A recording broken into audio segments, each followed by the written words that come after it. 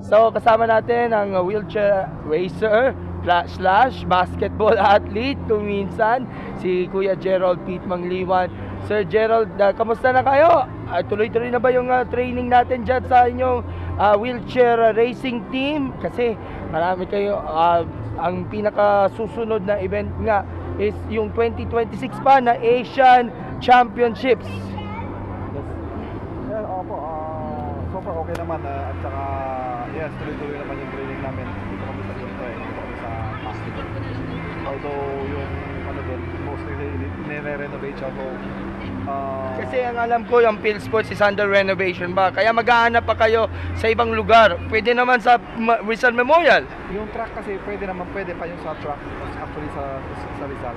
Pero ang naging medyo sa amin is yung sa state, para sa kanya state. Yun yung isa sa mga malaking issue. Pero may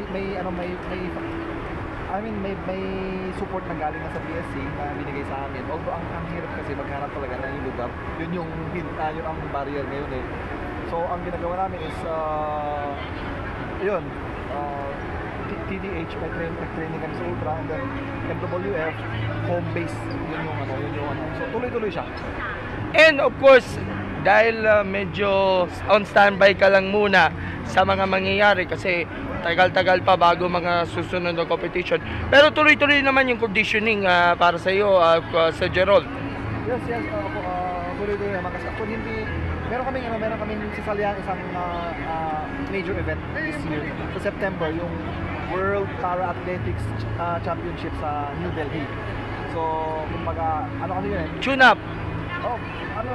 Major, consider as major event na yun kasi for athletics. Kumbaga doon sa, di ba doon sa mga able yung World Athletics, sa amin naman World Para Athletics, parang gano'n siya. Pero of course, naniniwala ka ba na of course yung pagsali nga dito sa mahalagang competition is a great help na rin para sa iyo dahil alam ko pag-aanda kayo for the 2026 ASEAN Para Games, tapos Asian Para Games pa yan, both in Thailand saka Japan. So sunod-sunod na mga competition, big competition sa paghahandaan mo and the rest of our athletics para athletics team natin. Ano ba ang assurance mo? Yes sir, actually malaking bagay ito nung meron kami mga exposure na o may mga laro na ngayon kasi para to keep ourselves busy at saka yung fitness namin andun. So yun yung mahalagang na tip kami sa mga season. Okay, last question. Are you hoping that with this new leadership of PSC to Chairman Palto de Gregorio, makakaasa ba na tuloy-tuloy ba ang suporta natin sa ating mga para-atleta at hindi natin sila pababayaan ng gusto? Well, I think naman si Sir Gregorio is talagang well-known leader yan eh.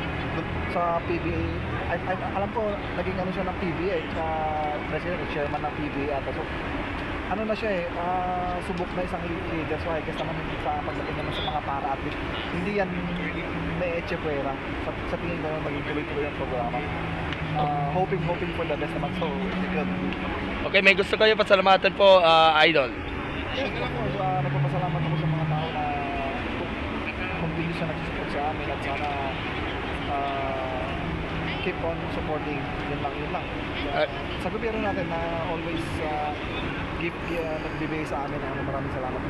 Thank you so much, Sir Gerald. More power and God bless po. Salamat po.